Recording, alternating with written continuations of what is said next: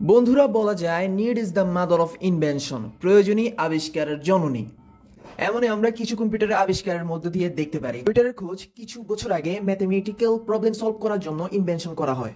বলা যায় যে সময়ের পরিবর্তনে বিজ্ঞানীরা এবং ইঞ্জিনিয়াররা এর মধ্যে অনেক পরিবর্তন এনেছে, যেটার রেজাল্ট আপনি আজকে নিজের চোখেই দেখতে পাচ্ছেন। আগে যে কম্পিউটার একটা রুমের সমান পরিমাণ হতো, আজকে সেই কম্পিউটার 23-24 ইঞ্চির মধ্যে সীমাবদ্ধ। হ্যাঁ, এটা ঠিক যে এটি সময়ের সাথে সাথে অনেক ছোট আকার ধারণ করেছে, তবে এটি আগের তুলনায় শতগুণ বেশি অ্যাডভান্স এবং উন্নত।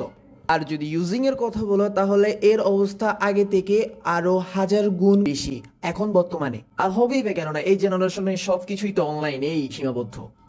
পেপার ওয়ার্কের জায়গা এখন কম্পিউটারে নিয়ে নিয়েছে। এটাই কারণ, যদি কোনো প্রাইভেট কোম্পানি হয় অথবা কোনো ব্যাংক হয় অথবা কোনো অফিস হয়, সব জায়গায় আপনি কম্পিউটারে দেখা পাবেন। এখন টিকিট বুকিং থেকে শুরু করে ইমেল পাঠানো পর্যন্ত সবকিছুই কম্পিউটারের মাধ্যমে হয়ে থাকে। ইনফ্যাক্ট আমেরিকা আর জাপানের মতো দেশগুলো এই কম্পিউটারের কারণে অনেক উন্নতির পথে রয়েছে। বলা যায় এদের উন্নতির মূল কারণই হলো কম্পিউটার। কম্পিউটারের ব্যবহার তো আপনারা সবাই করেন, তবে আপনারা কি কখনো ভেবেছেন দুনিয়ার প্রথম কম্পিউটার কোনটা ছিল এবং কে বানিয়েছিল? সব থেকে ইম্পর্টেন্ট কথা, কম্পিউটার কখন এবং কে নিয়ে এসেছিল। আমি গ্যারান্টির সাথে বলতে পারবো, আপনাদের মধ্যে বেশিরভাগ মানুষই কম্পিউটারের হিস্ট্রি সম্পর্কে জানেন না। তাই আমি আপনার কাছে রিকোয়েস্ট করব, যদি এটি সত্যি হয় তাহলে আপনি আমার ভিডিওটা কন্টিনিউ করেন এবং এই নলেজ গেইন করেন, যেটা কিনা আসলে আপনার জানার দরকার।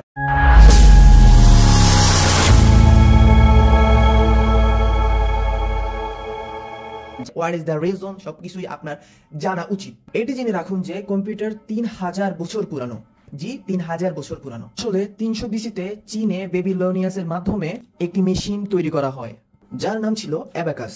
একটা কাঠের ফ্রেমওয়ার্ক, যেটাতে দুইটা তার লাগানো থাকে। এই দুইটাই তার একটি অপরটির প্যানেল হিসেবে কাজ করত। এই তারগুলোর উপর ভেড়ার মতো স্ট্রাকচারে কিছু শেপ লাগানো থাকতো, যেগুলোর ইউজ ক্যালকুলেশন করার জন্য করা হতো। এগুলোর ইউটিলিটির উপর ভিত্তি করে বলা যায় যে আজকের এই জেনারেশনে এগুলো স্কুল পড়ুয়া ছাত্রছাত্রীদের কাউন্টিং শেখানোর জন্য করা হয় বর্তমানে। বন্ধুরা, অ্যাবাকাসের পর আলাদা সময়ে আলাদা বিজ্ঞানী নিজের জরুরি অনুসারে ডিফারেন্ট টাইপস ক্যালকুলেশন ডিভাইসেস বানাইছে।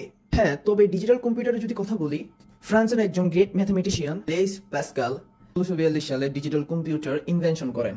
যাতে নাম্বার থাকতো, নাম্বারগুলো ডায়াল করার পর যে কোনো নাম্বারকে একটির সাথে অপরটি অ্যাড করা যাইত। হ্যাঁ, একই কথা, এই কম্পিউটারের ইউজও ক্যালকুলেটর হিসেবেই করা হতো।